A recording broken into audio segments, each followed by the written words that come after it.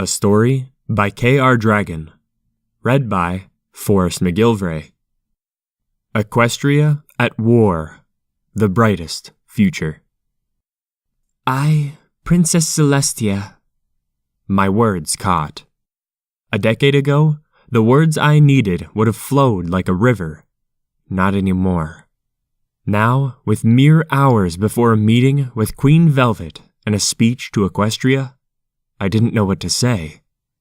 Here, all alone in my chamber, where I have practiced millions of speeches, I couldn't find the words. I, Princess Celestia of Equestria, treasure the love and admiration that you have shown me. No, that wasn't true. I couldn't treasure what my little ponies felt for me now. Despite defending Equestria from its enemies, they did not show love. Even with the deer of Olenia freed and Queen Velvet rightly on the throne, they did not admire. Chrysalis herself defeated and in hiding, but all the ponies could do was place blame. I floated the goblet up to my lips, sipping the steaming tea. It was not enough that I had united all races of Equestria under alliance. Stalliongrad and Vasily Pantsushenko may not be under her graceful rule, but they were our allies all the same. And yet, the ponies still wanted to vote against me. 1,000 years of peace and one war washes all of that harmony away. The tea was not hot enough. I, Princess Celestia, have done nothing but my best for... I shook my head at the pitiful pony in the mirror. The ponies called for my abdication would eat her alive. No, I had to be firm yet fair, kind yet strong. Harmony must not be mistaken for a weakness.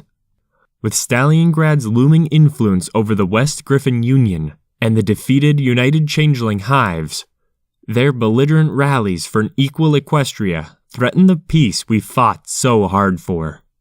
Weakness would only invite more strife, even as more pressing issues threaten harmony far and wide.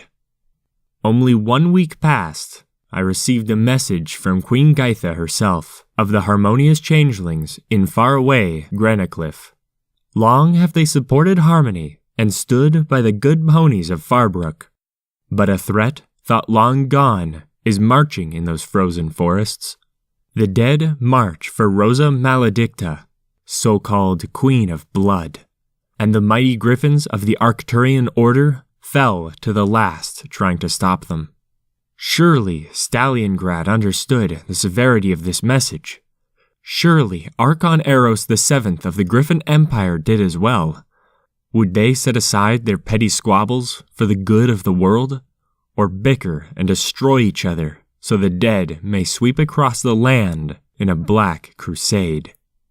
I, Princess Celestia, will not abandon ponies to the horrors. Horrors. The undead were but one kind of horror in a world of many. The changelings under Chrysalis were a horror. The shadow of Sombra was a horror. The threat of war upon my little ponies was a horror. I will not stand for any such thing again. Letting Equestria squalor in its own splendor was not the right path any longer. Enemies surrounded Equestria. I had always denied it, tricked myself into believing I could turn every confrontation into a peaceful resolution. Now, that foolish belief has failed Equestria. Perhaps I should abdicate.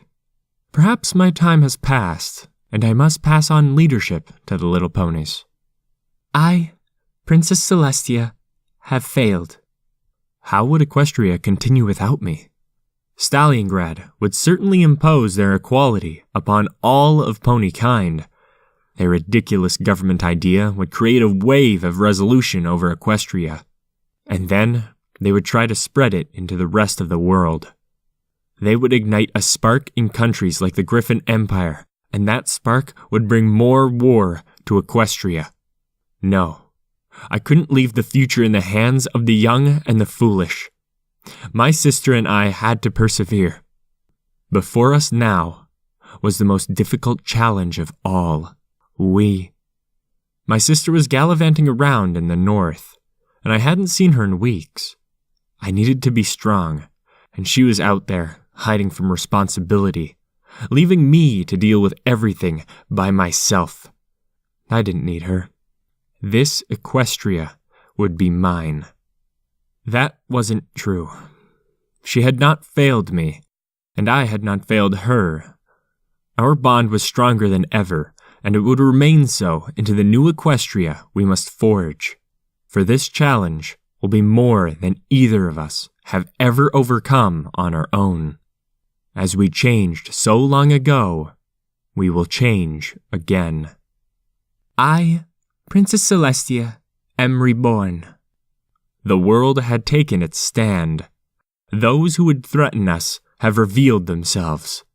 It is now that we must stand strong and face our fears. Together, we will crush those fears with the unbridled fury of the sun and devious cunning of the moon. Our new Equestria will never face another dark day. Just as I took a breath to start again, my door burst open. Only my sister would do such a thing, and I had thought she was off gallivanting around the northern borders when I needed her here, beside me. Luna? Where have you been? Have you heard from what the ponies want? Why are you smiling at a time like this? Not only was she smiling, but she had left her uniform behind as well. She stood, as I did, only wearing her royal regalia. Sister, there is something I have to show you. Come this way. She walked out at a brisk pace, and I followed her. Luna, I have hardly seen you since the end of the war. I need you now, more than ever before, and you show up like nothing is amiss? Luna hardly broke her stride. Sister, I haven't been idle. There were dark tidings in the north, and I knew that if we waited, another threat would break down the door to Equestria, just like Chrysalis did. Dark tidings? Luna, we have problems here. The ponies want us to abdicate.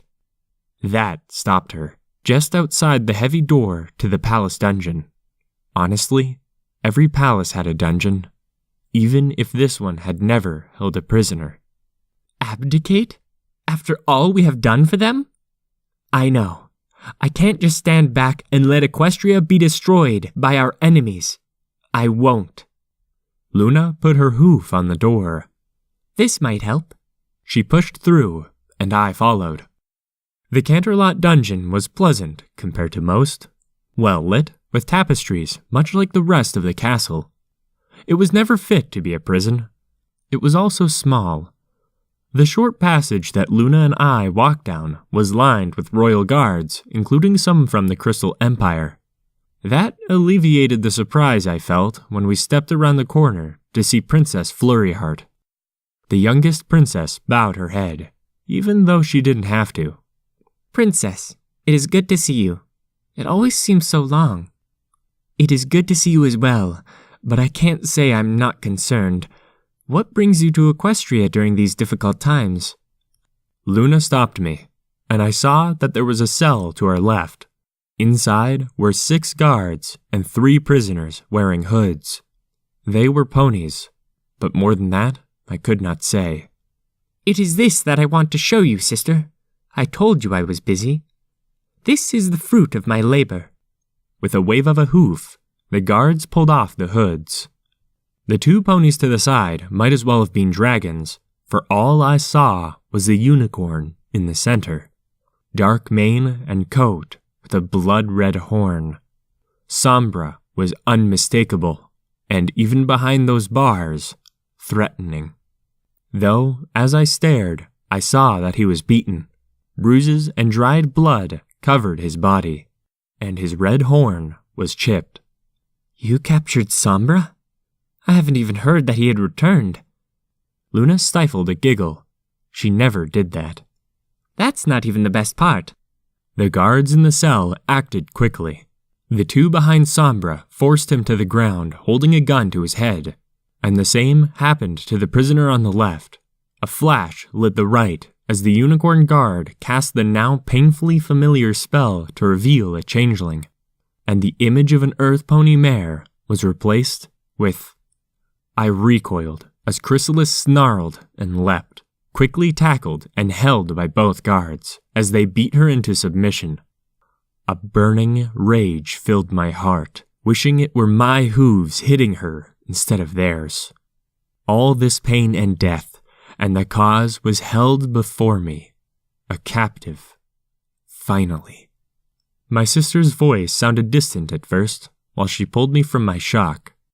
Sombra was too aggressive, believing Princess Flurryheart to be too young and weak to stop him. She was smart and had called for my help, and we captured him and his supporters. As we moved them, the Queen thought she could get revenge, but I've seen enough of her tricks. She walked right into my trap. This is amazing, Luna. I'm sorry I was harsh before. Perhaps now they will retract their ridiculous demands. I stared at the defeated Queen Chrysalis. No, they won't. They had to be convinced that we were not weak, that we would defeat the enemies at our borders, that our power was not cowed. I turned to Flurryheart. Princess, would you be so kind as to visit with Queen Velvet? I was to meet with her before the speech today, but now that my sister is here, we must discuss our plans together. She bowed again. Of course, Princess. We both stand with you. Flurryheart and all of her guards departed.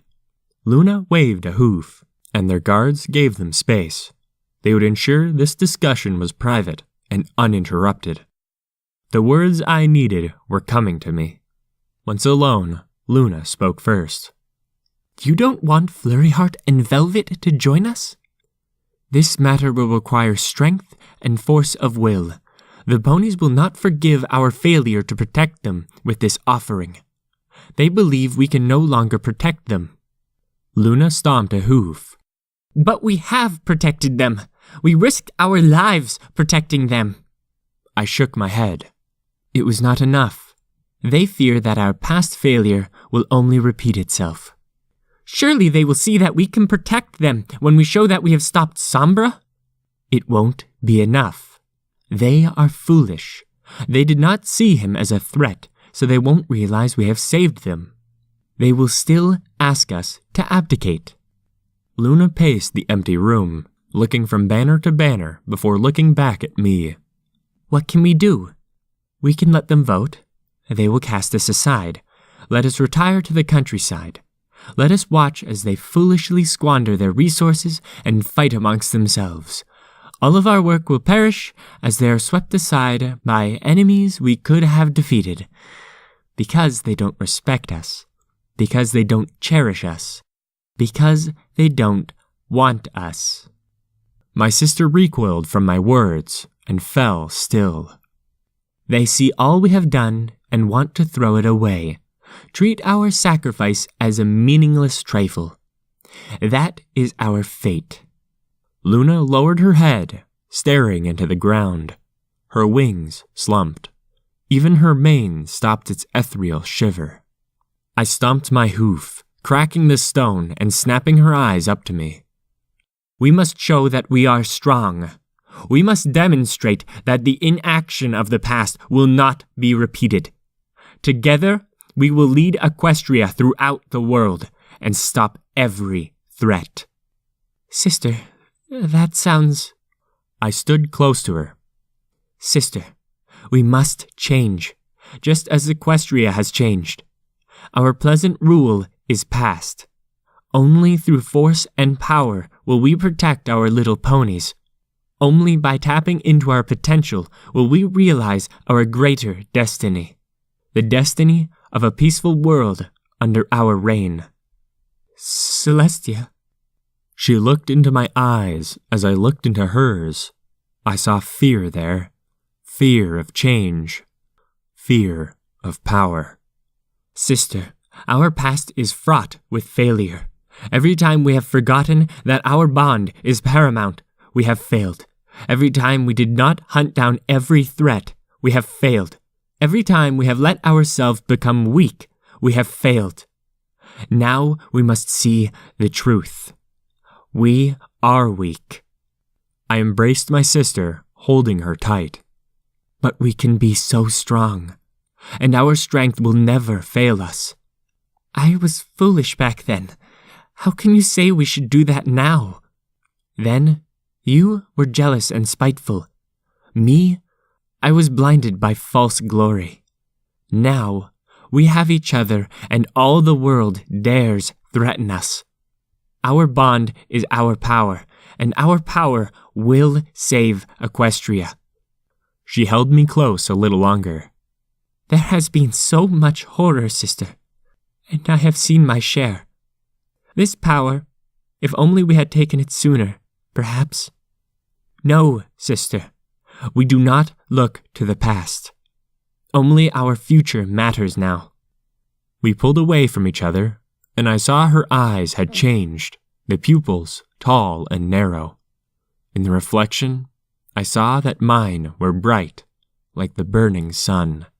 Sister, her voice had dropped, a sign of changes to come. How will we convince the ponies to accept this? I have a plan, dear sister. First, I'll need you to disguise our lovely prisoner. My sister and I walked onto the platform before a crowd of ponies larger than any I had ever seen before. Many carried signs of protest and of support. All looked eager to hear my words today. Queen Velvet and Princess Flurryheart were waiting on stage for us and offered us smiles of support. We nodded back and proceeded to the front. When we stopped, a procession of royal guards marched out, displaying our 2 ponies before us, for all the ponies to see. The crowd was not silent. They cheered and jeered, calling us old mares and graceful goddesses. But quite a few stared at the unicorn prisoner in revulsion. I cast a very old spell to amplify my voice so that all may hear. Ponies of Equestria, you have struggled through a troubling time. Every pony among us has lost some pony they held dear. In these difficult times, we must remember our bond is what will allow us to carry on through the darkness. My sister lifted the ragged unicorn prisoner into the air so that all may see him clearly. This is the dark sorcerer of the north, Sombra. He threatened all of Equestria 1,000 years ago and tried to threaten us again. My sister, with the Princess of the Crystal Empire Flurryheart, captured this threat before he could enshroud our lives in his darkness. He was sat back on the ground, and by now, the crowd has grown silent. That is only the beginning of the evils in the days to come. Revolution and civil war threaten us from within, and aggressive conquerors threaten us from without. Unholy horrors are stirring in their dark domains in the most remote corners of the world. But they will come for our peace and harmony.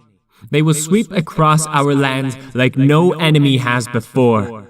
And we will fail as we are now. Ripples stirred across the ponies. They were right to be unsettled. You have called for my sister and I to abdicate the throne. You have called for a change in the status quo that has so clearly led us to ruin. I see the value in your judgment. Equestria, as it is, will not last. Our enemy will overcome us and destroy all that we hold dear. To prevent that terrible fate, my sister and I have made a decision, one that will ensure Equestria is ready for the future. Every pony waited, poised, breaths held, wanting nothing more than to hear my next words. I, Princess Celestia of Equestria, am no more. I saw the birth of Equestria amidst the strife and chaos of discord. Long did I guide my little ponies through dangers as great and terrible as the dark Sombra you see before you. Long did I protect you when the times were dark beyond our borders, sheltering you from the horrors of the world. Only this queen, whose wrath is mighty, broke my shield around Equestria. My sister's horn shined, the dark glow of her magic cascading at the second prisoner, dispelling the false image and revealing Chrysalis's ragged form. The crowd collectively gasped and went silent. First, a single jeer was called out. Moments later, the entire mass of ponies were yelling for her execution. The royal guards struggled to keep them back, but could not stop the objects thrown. I savored every hit scored against the former queen. I nodded to my sister, and she trotted past the prisoners. Her magic flared again, forming an orb around her and bursting with so much force that every pony rocked onto their heels. In the shower of magic, her form shimmered in darkness. Towering over the guards around her, Nightmare Moon's nebulous mane rippled in the wind. Every pony was utterly silent. That folly has ended. I will no longer protect and defend and guide. The ponies of Equestria will not hide, nor cower from the evils of the world. We will stand tall, proud of our heritage and our strength. We will march across the lands far and wide to ensure that we, Equestria, will never be threatened by those who stand against us. My own magic, burning bright, burst forth into the sky, arcing down onto Sombra and Chrysalis, engulfing the area in an inferno. I walked into the fire and flames, letting the merciless heat melt away the old, weak form of Celestia. Stepping beside my sister, I was invigorated. I felt a power like nothing before. And with my sister beside me, nothing could stop us. The weak Equestria the world knew is no more. Now my sister and I will lead my little ponies in a great campaign, one that will leave the world in a complete, undeniable peace that will last forever. This is the vow my sister, Nightmare Moon, has made. This is the vow that I, Daybreaker, have made. In this bright future before us, no enemy shall threaten our foes. No danger will attack our homes. No horror will deny our world. Equestria stands together. The roar of the crowd only fueled my fire more. They loved us and our promise of peace. Nothing would stand in our way. I canceled the enchantment on my voice.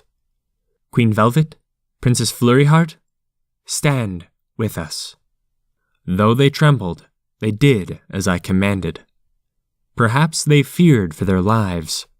Perhaps they did not believe in the greater good that my sister and I would bring. It did not matter. They stood with us now and will stay there, by our side. We will have our harmony, but only after we show the world why they need it.